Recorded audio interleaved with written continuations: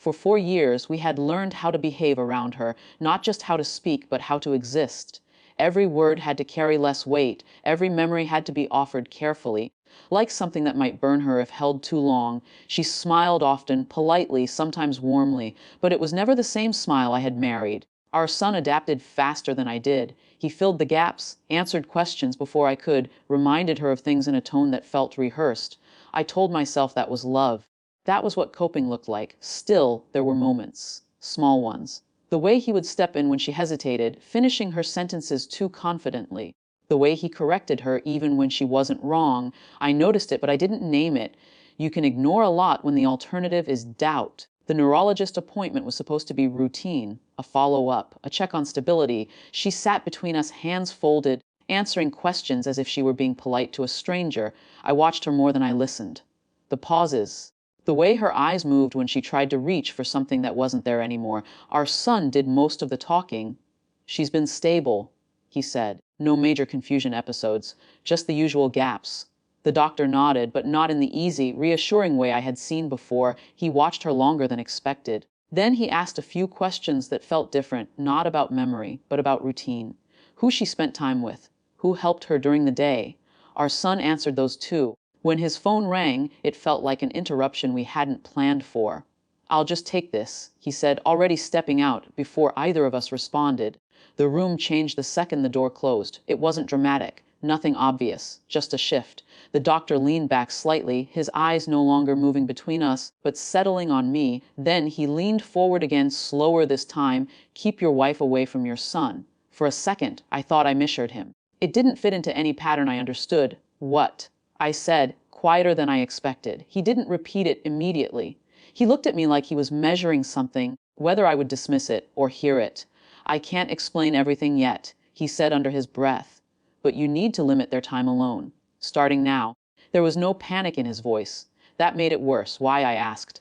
But the door handle moved before he could answer. Our son walked back in, mid-sentence from whatever conversation he had just finished, holding something in his hand.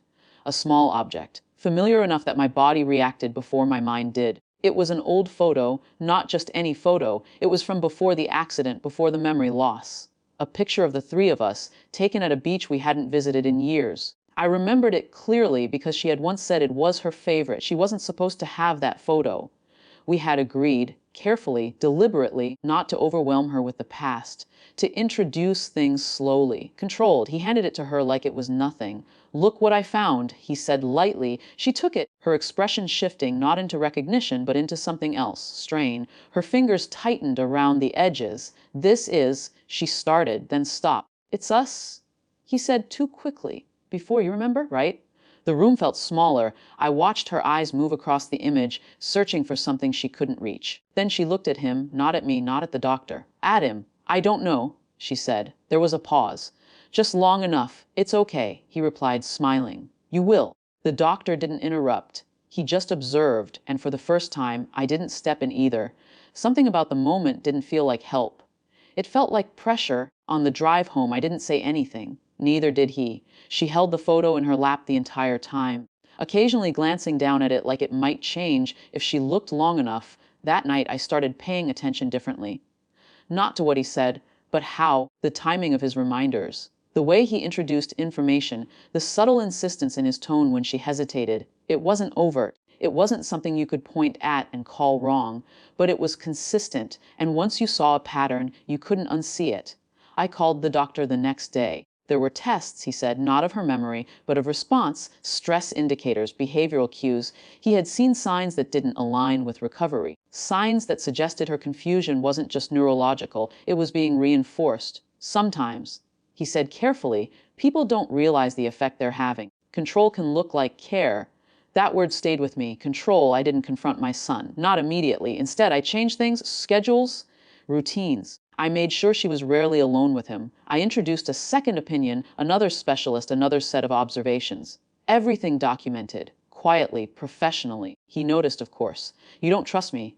He asked one evening, not angry, just direct. I didn't answer right away. "It's not about trust," I said finally.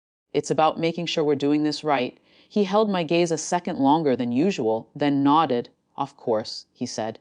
But something in his expression shifted. The second evaluation confirmed part of what the first had suggested, not intent, not something you could label cleanly, but influence. A pattern of reinforcement that kept her dependent, kept her uncertain.